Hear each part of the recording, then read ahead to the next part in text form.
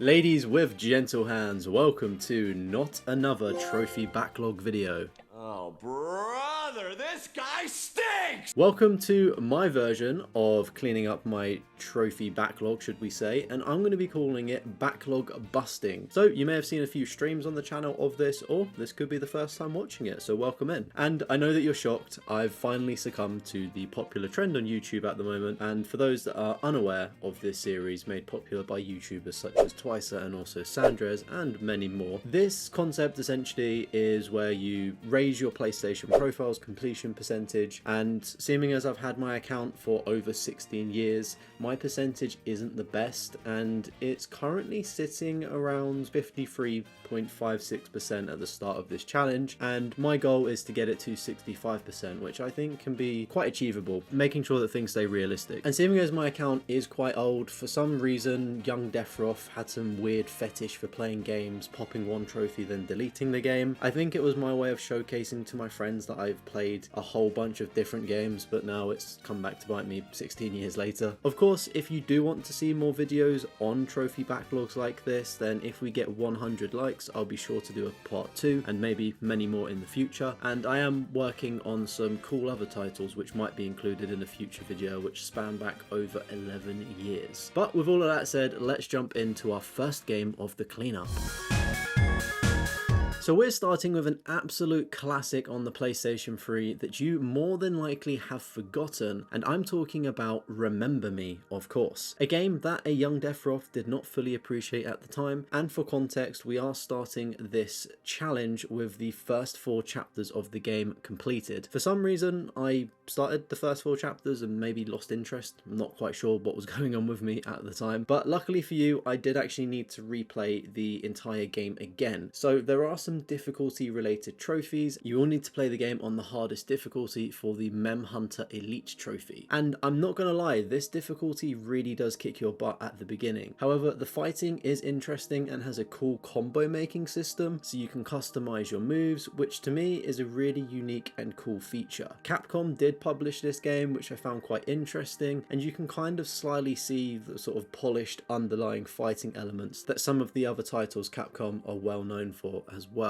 One of the biggest initial roadblocks was for defeating the first boss in the game, Kid Xmas, and this was purely a skill issue. As it was at the start of the game, I was learning a brand new game again and I wasn't quite good, and the sort of skill jump or difficulty spiked quite a lot here. But you also don't have many combinations unlocked, so by not having as many combinations at your disposal, as you can imagine, it would be quite difficult to beat this boss. This is one of those games that the further into the game that you get, the easier it becomes, because shock, you get more combinations. There is also a trophy for beating this gentleman in under 5 minutes without dying as well. So the trophy list for this game, while we're talking about trophies, I mean it is a trophy video, but the trophy list is fairly decent. You need to complete the game on the hardest difficulty, get the collectibles which weren't that bad, and then there's also a bunch of miscellaneous combat or level related trophies. There are a few tricky ones which did add a fun challenge element to this platinum trophy journey, like surviving a section of a mission without using certain combinations related to power or regeneration. While I'm not going to spoil the story of this game, I do think it is worth checking out. One element of this cyberpunk-esque thriller is about memories, of course, and there is this neat feature where you can go into people's memories and remix them, and you can kind of see like the different timelines of the memory of like how it could play out. And of course there are trophies attached to these different memories, such as finding memory bugs, interacting with everything, and then also completing certain tasks. I'm not gonna lie, some of these were kind of tricky as the guides online weren't the clearest, and I did actually mess one of these up, so I did have to return post game via chapter select to get the missing interaction. And then lastly, before we wrap up for the platinum trophy of Remember Me, during one of the last boss fights they will actually summon some clones, and this trophy requires you to defeat the boss without hitting any of the clones. On the hardest difficulty, you can imagine this was the last thing I was thinking about, trying to work out what was the clone. I just wanted to defeat the boss because it was actually kind of tricky. Once I did understand these requirements a little bit more, and once I knew what to look out for when I was out of the heat of the moment, I took the difficulty down and I just replayed the chapter, and that was pretty much it. It was actually a lot easier knowing how the boss works after your first playthrough. Oh no! I was muted!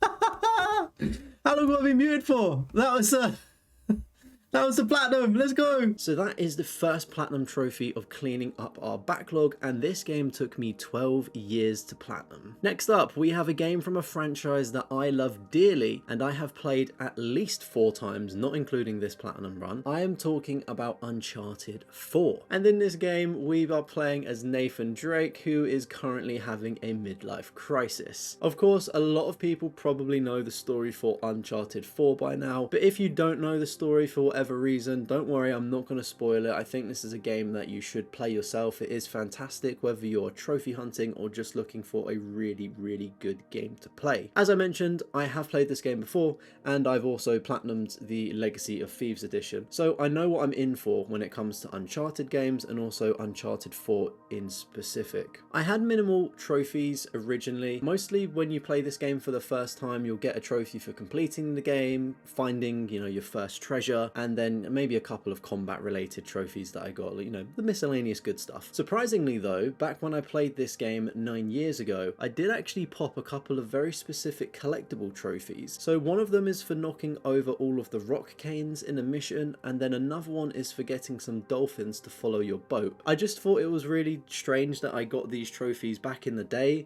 but I never got all of the collectibles for some reason. They kind of go hand in hand in a weird way. However, speaking of the collectibles, that is probably the most boring part of this platinum trophy, seeming as I have done it once before for the Legacy of Thieves collection. It was extremely tedious, and especially when you know the story of the game, having to then hunt the collectibles in the game can be a little bit of a drag. However, the trophy list itself is not that bad for a new player. I think it's something that you'll find really rewarding and quite good. It's just that I've done it before, as I said, in that other version. Can you tell that I've already played this game in another version and got the platinum for it? But yeah, as somebody that has every mainline Uncharted platinum trophy, the process is pretty boring and repetitive, to be honest with you. The roadmap essentially is get all of the collectibles, finish the game on the hardest difficulty, speedrun the game, complete the game with over 70% accuracy, and then a bunch of miscellaneous trophies for, getting kills in specific ways or with certain weapons. And then there'll be a couple of chapter related trophies for not killing enemies across a couple of chapters within the story. And then there are also some multiplayer trophies. Speaking of, back in August of this year, I actually repurchased Uncharted 4 with the intention of future-proofing myself for the platinum trophy. And essentially, nowadays, you never know when a game's online servers will be shut down. So to prevent platinums from becoming unobtainable, I will just pop the multiplayer trophies first, or sort of go back, and that'll be the first thing I do in my clear up, and then it takes the pressure off me and I can revisit the game whenever I want without having the online section looming over me. The online trophies took around an hour, and as you can imagine, the servers are still running but with quite a low player count, so that means that the people that were playing the game were extremely good at it, and they made me suffer for every minute I played until I popped my trophies. So back to the main game then. After my initial playthrough, after getting all of the collectibles, I was left needing to get the hardest difficulty crushing trophy and then also the speedrun trophy. However, call me a coward or call me dishonorable, but I have done this legitimate before. That seems extra legitimate. Not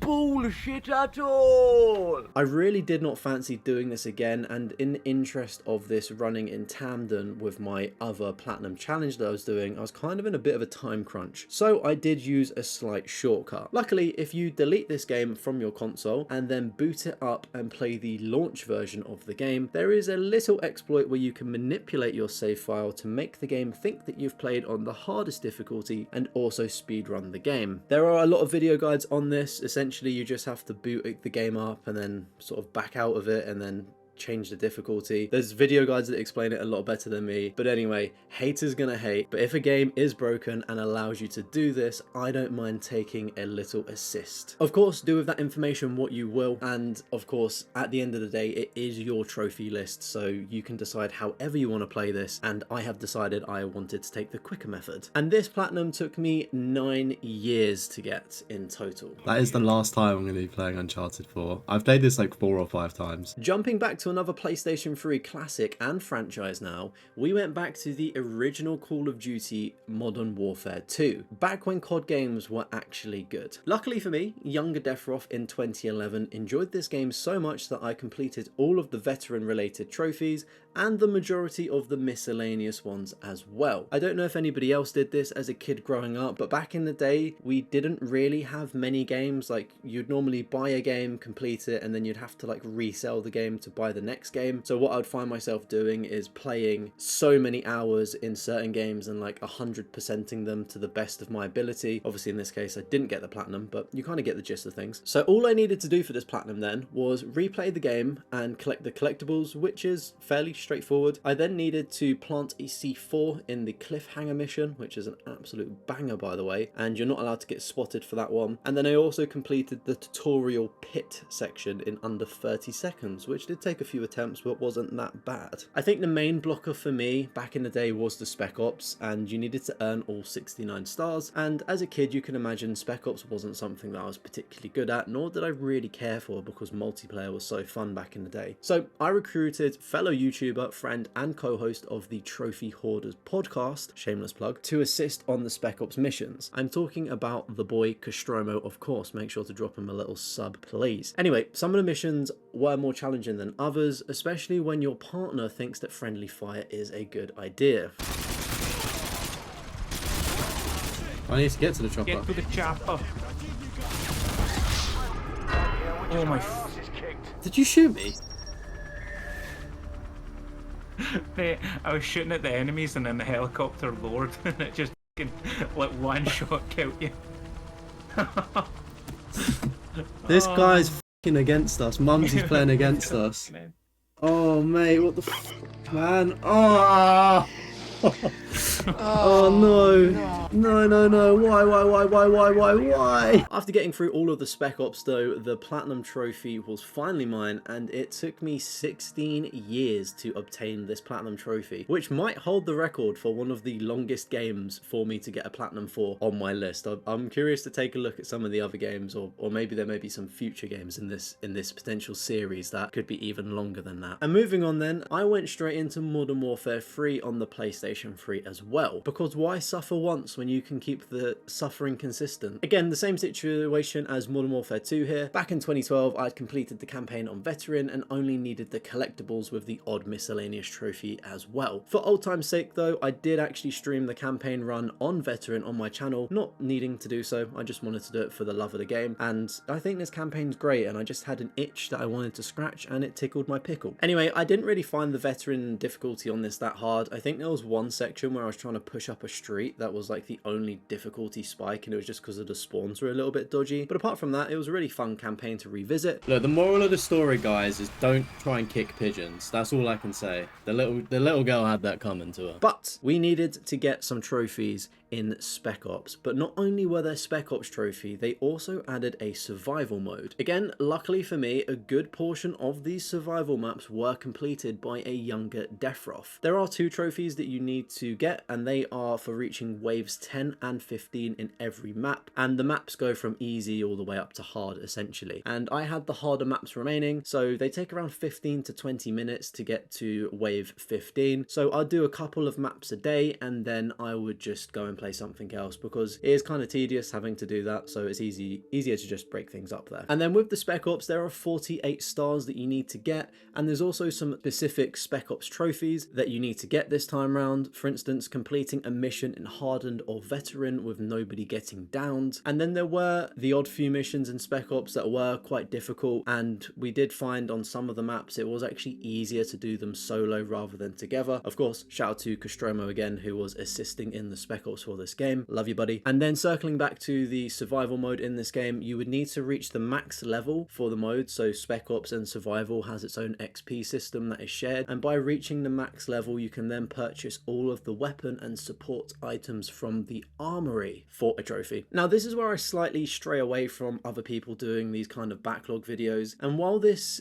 is about increasing PlayStation profiles percentage, which is great and I do want to do, I am kind of just focused on getting the platinum trophy trophies and not necessarily the 100% for games. And this game does actually have some DLC, which added more Spec Ops missions, but right now I'm not that fussed about chasing the full 100% for games. I wanted to include it because I'm just focused on obviously boosting up that percentage, but just getting the platinum trophies. Like, I'm not 100% completionist, and I never will be. But yeah, just thought I'd flag that up there. I could always go back and revisit the DLC Spec Ops because I think I've only played one of them, and I think they are quite difficult as well, which could be a fun, like a fun bunch of streams to do in the future as well. Regardless, this platinum trophy took me 14 years to obtain. Right. Ah, there we go. Scout leader. Let's go, baby. Ole. That's the platinum for Modern Warfare 3 chat. GG's. Very cinematic time to get it as well.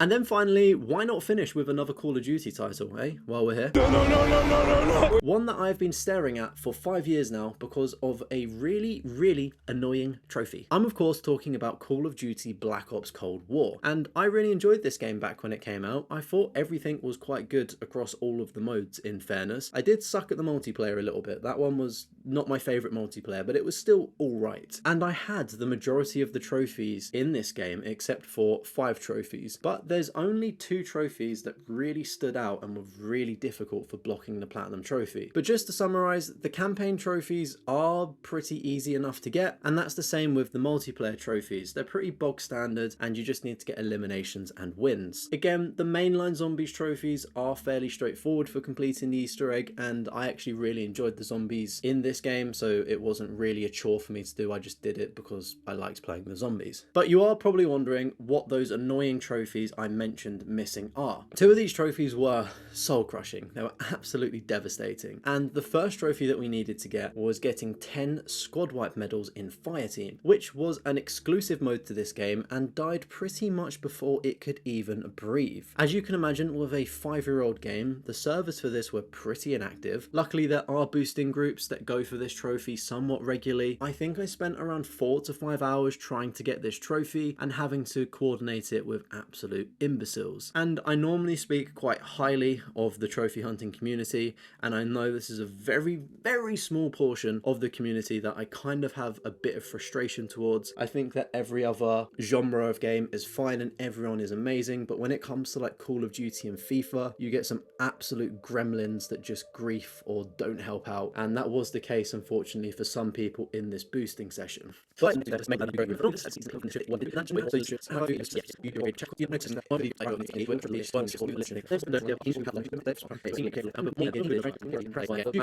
so yeah, as you can imagine, it took quite a lot of time to organise all 40 people, I believe, and to get all of them in the same lobby. The game crashed a lot, people lagged out constantly, and it was quite a traumatic experience on top of these communication issues that we were having. And as I said, there were some selfish people that were actually just griefing on the teams that are working together. They were just joining and, you know, not listening and not taking turns and things like that. Luckily, as group leader, my 2 groups, we did actually manage to get the squad wipes, which I'm super thankful for. I think out of all of the groups, there was only probably about 5 in total, I think 4 or 5, and 2 of them were my group, so lovely little success story there. The other trophy related to this mode was for getting 100 vehicle kills, which would be fairly easy in playing the fire team mode, but as the servers are dead, you can imagine getting 100 kills in a dead mode is impossible. Luckily for this trophy though, you can get 100 kills with the RCXD in multiplayer, so as you can imagine, this is quite a tedious task, getting 100 kills. I just jumped into Nuketown 24/7, and I think I probably played about 4 hours just of the same map over a few days to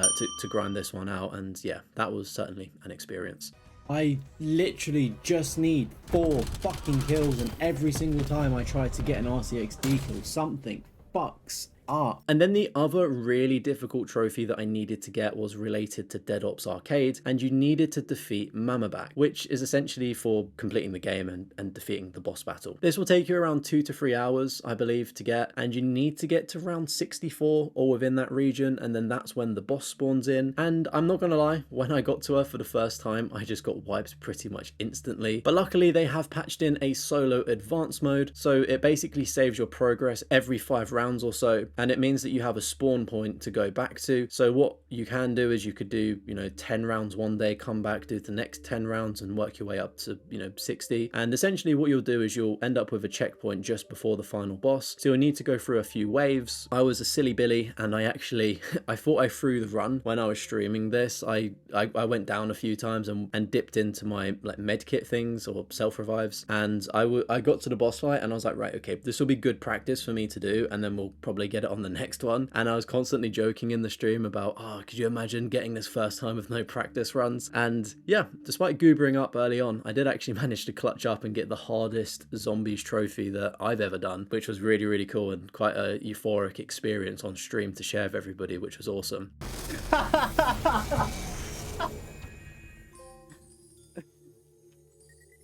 Yes. Oh my fucking god. Chat, let's go. First time. All right, I'm going off. Good stream. Thanks, everyone. And then that was pretty much it. Those two trophies were the only kind of like real blockers that I've had waiting for 5 years for Call of Duty Cold War. So as I said, the Platinum trophy took 5 years to get, and I'm super stoked to have the Platinum as it's a game that I enjoyed. And I've always wanted the Platinum, but it's just been a little bit dodgy trying to get the fire team sorted. But yeah. Oh, finally that's 100 kills done. Oh, I'm just out of it. I am just so grateful that the Platinum trophy's done for this. This has been a COD that I enjoyed back in the day.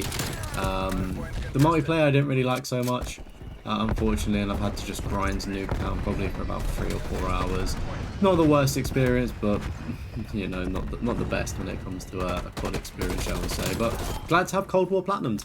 That is my backlog buster platinum cleanup for now at least. I am finishing this video at the time of recording with a 56.26 percentage, so we have gone up around 3% this video, which I'm super excited to see how much higher we can get this. Of course, if you did enjoy watching me bully myself for not finishing games on time, then make sure to leave a like, and if we do get 100 likes, I'll be sure to make that follow-up video. Of course, if you do want to see any of these games in this video in more depth, there may already be some videos on the channel already, or you could go back and watch a previous live stream. Don't forget to drop a comment and tell me which dusty forgotten platinum I should drag myself through next, and I will see you all on the next one. Take it easy.